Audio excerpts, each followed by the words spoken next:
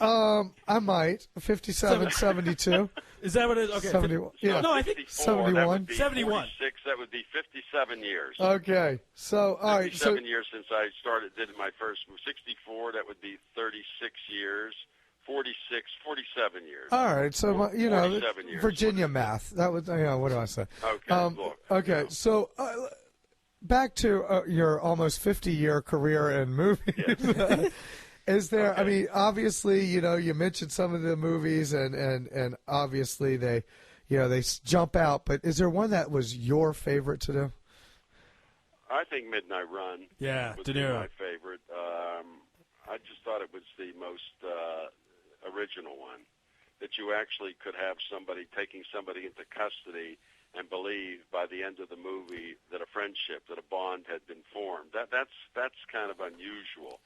The first leading role, the Heartbreak Kid, oddly enough, I thought it was an excellent movie and everything, but to me, I was living at that time in an almost entirely Jewish resident hotel, and I leave my Jewish wife on my honeymoon for what we'd say in the trade a shiksa, and I got more looks from the people in that hotel after doing that movie, and I even said to Elaine May, who directed, I said, this is not a very likable character. They thought I was just trying to protect. I wasn't trying to protect anything. I was just commenting that anybody leaves his wife on his honeymoon, whether Jewish, Gentile, whatever it is, I mean, that's a cad. I mean, that's really extraordinary. So, but the movie's well done. It's more of an impressive movie to me. I don't find it amusing because he's so off the wall, this guy. When he tells Eddie Albert that he's in love with his daughter, he wants to marry her, there's one slight complication: I'm on my honeymoon. That's quite. I like that movie, and I like a couple of movies that weren't really that well known. A movie called Clifford I did with Martin Short, and a movie called Real Life, which was Albert Brooks' first feature movie, and then the Lonely Guy movie I did with Steve Martin. I like that movie, but far and away, by the most popular movie by far, you could probably gross more money than all those other movies put together were the Beethoven movies, the children's movies, right. which aren't so much children's movies, which are like really family movies. Exactly. And they grossed over $1 billion. Wow. And I have a profit position, but they tell me there was no profit. Well, there's a logic to that. It's all definition of profits.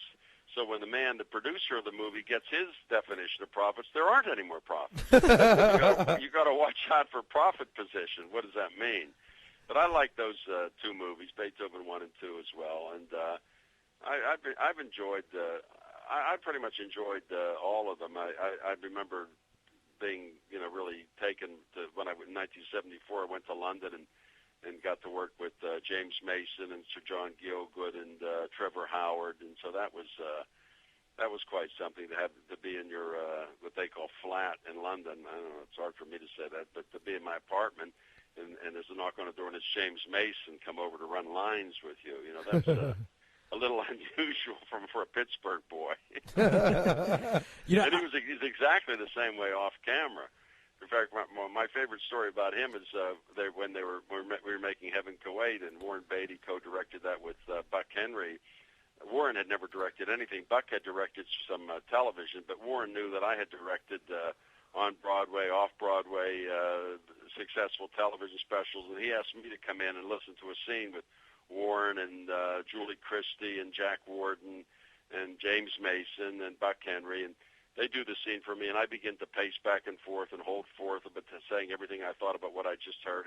And James Mason said in his very quiet way, Charles, and I said, James, I'm talking. Well, he laughed harder than anyone. That's awesome. He was a sweet guy, yeah. I want to go back to Midnight Run because, when I was a kid, me and my father used to bond over Robert De Niro movies. We were huge fans. And he's such an intense actor and a great actor, but I want to know, behind the scenes, is he totally different, a little different? What's Robert De Niro like behind the scenes? I never met a more quiet human being in my life than, I don't know, Johnny Belinda is a movie before your time where Jane Wyman played a deaf mute. Well, I'm not saying that the man almost never spoke. What I basically remember him saying to me in about an 8-month period, he would kind of whisper into my ear where I should stay the next time we'd be going to another location in another part of America or even in New Zealand. He seemed to have an uncanny knack to know exactly where I should stay. And then the last day of filming was in New Zealand, where we went to shoot the rapid scene because the water in Arizona was too cold. And we're sitting in a cafe, on the outdoor cafe in New Zealand, and at a table, and he says to me, it's one of the few conversations I can remember, he says to me, just the two of us sitting, he says, so where are you going after this? Because we were finished 8 months, and I had a wife and a baby. I said, I'm going back to New York. Where are you going? He said, oh, Tonga. You can't come all the way to New Zealand and not see Tonga. Well, that's the difference between me and him. I could go all the way to New Zealand and not see Tonga. I'm the kind of guy, if you show me some film of Tonga, I feel like I've seen it. In fact, when I made a movie in Acapulco, they have this thing in Acapulco where the fellas, they dive off these mountaintops into a very narrow body of water below, and I'm standing there watching them, and I remember I'd seen that on television. I don't know what it says about me, but it felt exactly the same. And so I could stay home and watch that on television, which is pretty much my wife and son and his girlfriend just got back from Rome, and I stay in Connecticut. I barely go into New York. I go to New York and Connecticut. I'll leave Connecticut. Usually I do about 20, 25 charity events a year. I'm not any good. I just don't charge a fee, so I'm in tremendous demand for this. But that'll get me to go. Or I'm an advocate for people in prison, and I've actually gone to Washington for that and gone to Delaware for that. But it has to be some kind of a social or political mission for me to want to go anywhere. Well, so you guys are probably in your 40s, is that right? 40s, early 50s? I'm 40s. I'm a little younger. I have to stop you because, and Ari looked at me right when you said it. I mean, you're an advocate for people in prison. Yeah, that's my main focus, frankly. I've been doing that for 16 years. Wow. I actually was one of the cases that I was able to gain clemency.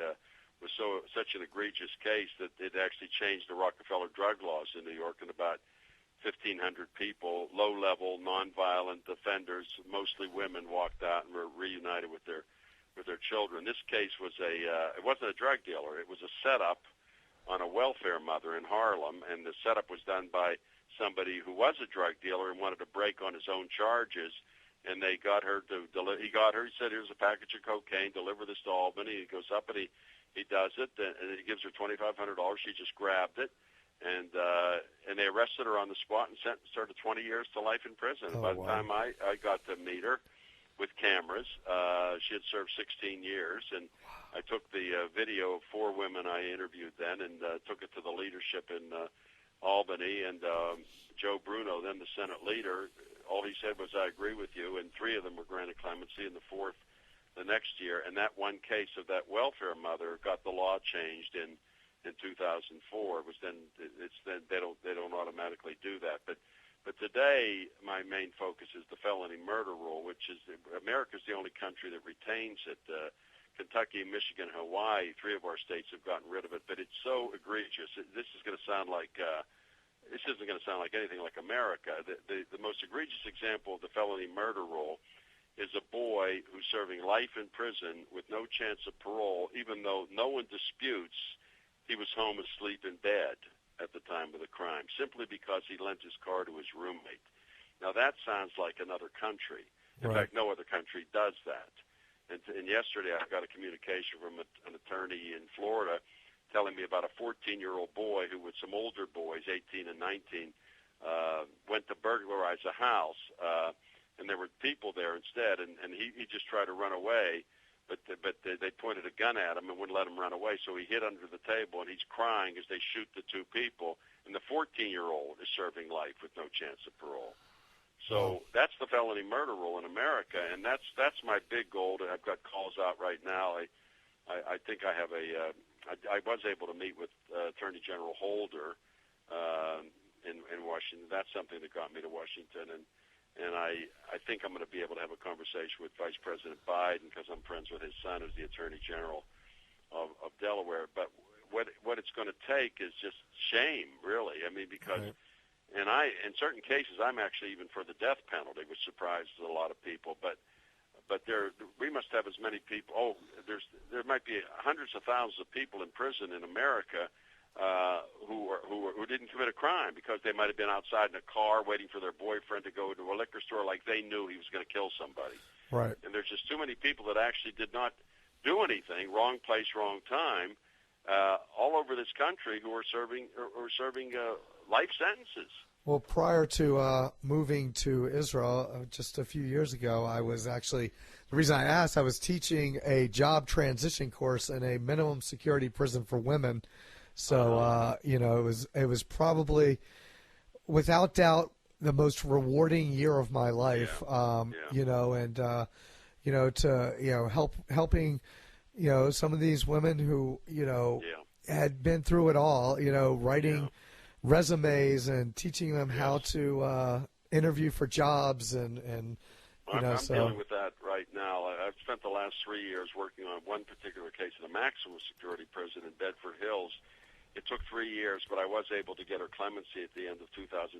As far as I know, there might be someone else, but I don't know. Out of a couple 100,000 applications, she might have been the only one granted. And when the case was first brought to my attention, I asked the person who wanted me to get involved. I said, what was she convicted of? He said, rape, sodomy, and robbery. I said, gee, this is not the kind. First of all, I couldn't even wrap my mind around a woman raping another. I never heard. I'm sure it happens. I'm just. And sodomy is oral. And anyway, I looked into it, and in fact, what happened was she was in a crack house, a young woman high on crack, and she was there. The rape kit showed no rape. No rape existed at all. The sodomy was performed on a man, and the man did the robbery, gave her the jewelry from the woman in the crack house. So she pawned some stolen jewelry. She was offered a plea deal of 6 to 12 years, turned it down, went to trial, and was sentenced to 27 and a half to 55 years, convicted of rape, even though the rape kit showed no rape, not even by the man, sodomy, which was performed on the man, and robbery, which was done by the man. The reason I was able to get her clemency is because I was able to get through to the governor, at that time Governor Patterson, and his chief counsel, Peter Kiernan, and I said, she didn't actually do any of these things. And so they did this, and it didn't hurt that I'm on the radio every day, and they hear me in Albany, so that helps too. But it's just, I mean, that's just instead of feeling good about it, it makes me feel bad about how many people do I not know about. How many hundreds of thousands of people are in the prisons in America? I'm just familiar enough with America, and how many? I'll bet there's many people in America who should be in prison who are so-called white collar. They just steal money from the government or from other people, and they can avoid prison because they're connected to people and they get letters of reference and everything. And being at Bedford Hills, which is, as I said, maximum security, was when I looked around and when I asked certain questions, I would say I would say the majority of those women there are mentally ill. Or some of them are challenged. And when I wouldn't even describe to you. It goes beyond murder. It goes into mental illness of what went on there. They belong in psychiatric hospitals, and some are just low level. Just got like this one woman, but she's now when you said resumes and all, that's what she got a degree in sociology in the Bedford Hills prison, and she comes out and they're teaching her how to fill out a resume and everything. Pretty soon she's teaching other people how to fill out a resume. And I took on, at the end of, it's been a couple of years now, I took on, when I say adopted, I don't mean through the courts. I mean, I just took on financial responsibility for her and her 3 young children who were born in prison. So I have a black daughter and 3 black grandchildren, which my white family looks at me a little oddly. It's a little unusual, but it's extremely gratifying, just as you said. What you were doing, it's very gratifying. People look at people that help other people like, aren't you a wonderful person? I'm thinking, I get way more out of this. Believe me, there's no better way to help yourself than to try to help somebody else. Absolutely. Absolutely. I know this has nothing to do with Israeli baseball. But I bet you some of them could play. Oh, boy. I want to ask you about a good friend of yours, John Lovitz, because I recall a show on CNBC back in the late 90s. He came on, and again, I guess you can only do this because, you guys are friends, but you asked him a question. His diet? Yeah, you asked him, are you fat because you're famous, or are you famous because you're fat? Well, I knew him. I actually, forgive me, but I put him in the first big role he had in a movie. I had the authority to do that, and I wrote it too, and I built up the part for him. And just recently, he flew in from Los Angeles to do a 2-character musical that I'm working on. So I remained friends with him. But he had gained, as he said, about 50 pounds after he was on Saturday Night Live, where I called the head of that to get him on there, and he came on, and he was. It was all. In fact, I made a note. I have to send him the DVD of that because I said he should use it in his act, where he. The hilarious part of that is where he comes on, where he's got 3 weeks after I say how fat he's become, he's back on 3 weeks later with a diet. Right. That he's come out in a new book with a diet. Only 3 weeks later. and he's eating a hamburger on the show. You have like some. You could just have a little bit of melon, Melba toast. Virtually for breakfast or lunch, you eat nothing. But the beauty part, as he put it, of the diet is for dinner, you can eat all you want as long as you do it within 1 minute. Right. Oh, so we put all this food in front of him, and he just goes at it like an animal. Cheeseburger, French fries, pie, he stuffs it in his face all the 1 minute, and then he finishes the 1 minute, he's coughing, he's sputtering, and then I'm talking, then he starts plugging different appearances he has. And as he's talking, he reaches out of the frame of the camera and pulls up the biggest chocolate cookie you've ever seen in your life and starts to eat it. Right, and you ask him, why you eat that? Yeah, what are you doing? I thought this was all you could eat in a minute. He says, this has nothing to do with the diet. This is a reward for training. Hello? So he's got an award, and his diet book is both the book and the exercise tape are called buns. What buns you work on? What buns you can eat, and how to get weight off.